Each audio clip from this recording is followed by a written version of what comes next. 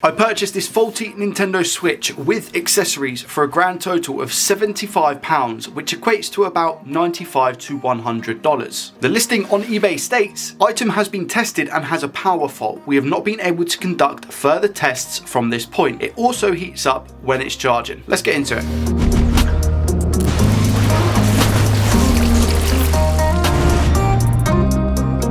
There's a little sticker at the front which says, no power, no charge, getting warm. What do we have in this box then? So let's say £75, $100 for all of this. We have ourselves a faulty Nintendo Switch, which actually looks in really good condition all around. That doesn't look bad whatsoever, like even the top, the grille, the back. It comes with a kickstand as a result. It's almost too good to be true when you see a Nintendo Switch in a condition like this. We also have a Joy-Con as well. I don't know the state of this. I don't know if it works or not. We'll give that a good test, but it's a little bit dirty, so we might need to give it a clean. And last, we have a dock, which again, looks in very, very good condition. Does it work? I have no idea. Again, we will test it. Let's get a blue matte pat and take a look at this Nintendo Switch. We have right here an ammeter. This is going to help us diagnose what the fault is with the Nintendo Switch when we put it into the USB-C charging port. This hooks up to my official Nintendo charger. Before we test, I'm going to see if it turns on. Nothing.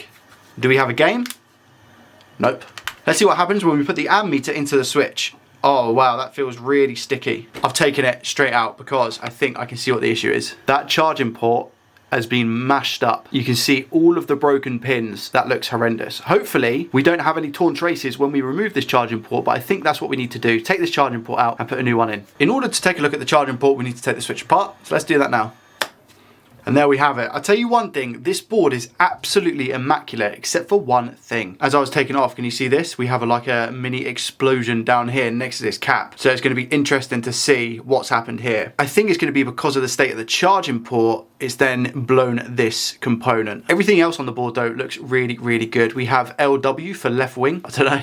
I don't actually know what that means, but everything nice, clean and tidy. Let's get it underneath the microscope and inspect what's going on. Here we have the charging port, and if we just quickly have a look in here before we look at that other component, just see what the status is. Oh dear, look at it. Yeah, I think we found the issue. Really bad. This side, not so bad at all, but then you look at the top side or bottom side, whichever way you're looking at it, and that's horrendous. I quickly want to see any damage to P13. No, P13 looks absolutely fine. So do the filters above that, so that's all good. Board revision is a HAC CPU 20, and the component above the charging port is not looking healthy. I don't want to poke it too much, just, okay, yep.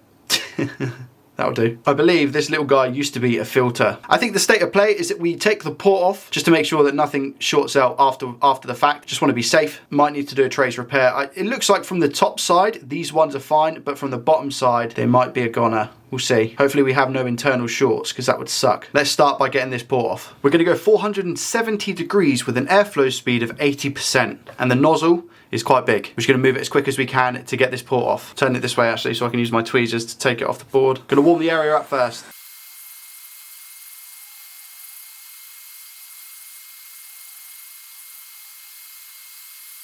I don't think we've ripped any pads looking at that, so that's a result as always. And I think that is a pretty clean pull. I'm happy with that. And again, we check from the other side as well.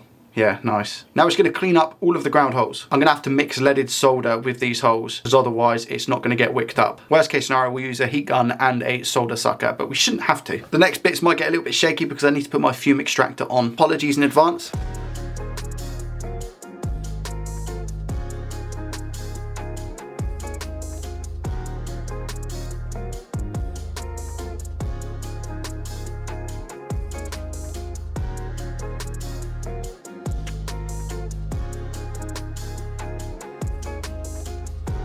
Let's do a quick clean inspection to make sure we're all good. Lovely. Everything's nice and clean. Ground holes, except for this thing now. Let's see if we can find out what's going on here then. That's a lot better. It just looks like all the pads have gone from the board. I've got my multimeter and I've put it into continuity mode, which is the mode that beeps when we get a complete circuit. I'm going to put the black probe on ground and I'm going to put the red probe on the pads to see if we get a beep. If we do, that's bad news. Everything seems fine. No beeps, that's good. Let's see if we can tin these wires. Again, apologies for the shakiness. I'm having to go in 0.01 millimeter thick wire.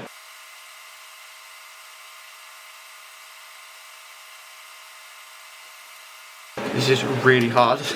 I've tried putting the component here, then soldering the wires to the component, but that's not working because the component is just moving around so freely. I have no pads underneath to stick the component to. So I think what I'm going to do is put wire going from one side to the other on both sides and then just cover it with conformal coating. I don't know if you need a filter here or not, but I'm pretty sure it's going to work with just wire running across.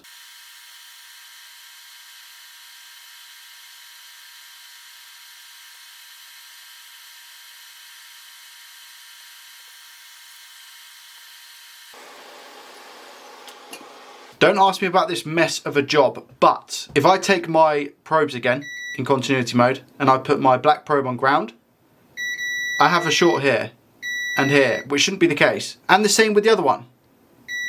These areas definitely shouldn't be shorted. I've tested on another board and they shouldn't. However, what I've noticed, I have a short on the CPU cap, which is this one here. So I have a short on the CPU cap, I have a short up here, and I also have a short on the P13 cap, which is here. So if I turn this around and we've got P13 on the back, this one will be short, which is. So I don't know if I've just wasted a lot of time because of this CPU cap being dead anyway. I should have tested this first. I don't know why I didn't. I saw the component, I saw the faulty port, and I thought, you know what, off the port, let's check the component. But for whatever reason, I didn't check this. That's a lesson that I need to learn. I need to check everything before I hone in and focus on one thing. I'm going to take this wiring off and I'm going to take M92 off and see if I still get a short here. Let's do that. I've removed all the wiring down here. Do we still have a short? No short on here. No short on here. That's fine. So this side is fine. Was this side what was causing the issue? Yes. Okay, so we have a short here, look. And we have a short here. So that means these traces are short, which again doesn't give me much hope for this. I'm going to take off M92. I'm going to have a look at this now. My meter's in diode mode, which is where we put the red probe on ground, and the black probe we're going to put on this cap here. And we've got a reading of 0.015. I repeat, 0.015, and I'm pretty sure that's a dead cap, which also indicates, unfortunately, a dead CPU over here. That's what every single bit of research is telling me anyway. So this cap is shorted to ground, look, and we have no M92 chip on. P13 is still short as well. That line is still shorted even though M92 is not here. I think having those pins crossed where they were has done some big damage, evidently from what we can see here. I don't know if this goes directly into the CPU, but I think it shorted it, making the CPU go bust. Man, we're not getting lucky with these switches recently, man. And I told you, it looks too good to be true, this switch. I'm going to take this cap off to see if we still have the short on the pad. Let's see if we still have the short. We do. And if we go into diode mode, we're seeing the same results, 0.015. I could have saved myself a lot of time and effort on this Nintendo Switch. It took me a while to sort out these pads, and even then I kind of messed that up royally. I didn't manage to put the charging port on. But it's a shame because another really good looking Nintendo Switch is now going to be used for parts instead of working. This, my friends, is the risk of buying on eBay. You never know what you're going to get. And next time I'll have to remind myself to check everything before I start working on one little thing. Could have saved myself a bunch of time. Let's see if the controller and the docking station works quickly. Good practice though, even though the jumper wires looked horrendous, it was good practice. This is the controller, the right one that we received, that's a little bit dirty with the Nintendo Switch. I just wanted to make sure that it was all good. And to be honest with you, it looks fine. There's no stick drift whatsoever, I think. And if we take it out and put it back in, yeah, it seems to be working absolutely fine. Does it work when it's not connected? I can't test wireless because it's charging and I think it's completely dead. If I undock it, yeah, I'm not getting any lights on it whatsoever. But I think that's because it's completely dead when I plug it in, look. So I'm gonna leave that on charge for a little bit. All right, let's test it. This is the dock that came with the bundle that we've just purchased. Does it appear on the screen? Do we get an image?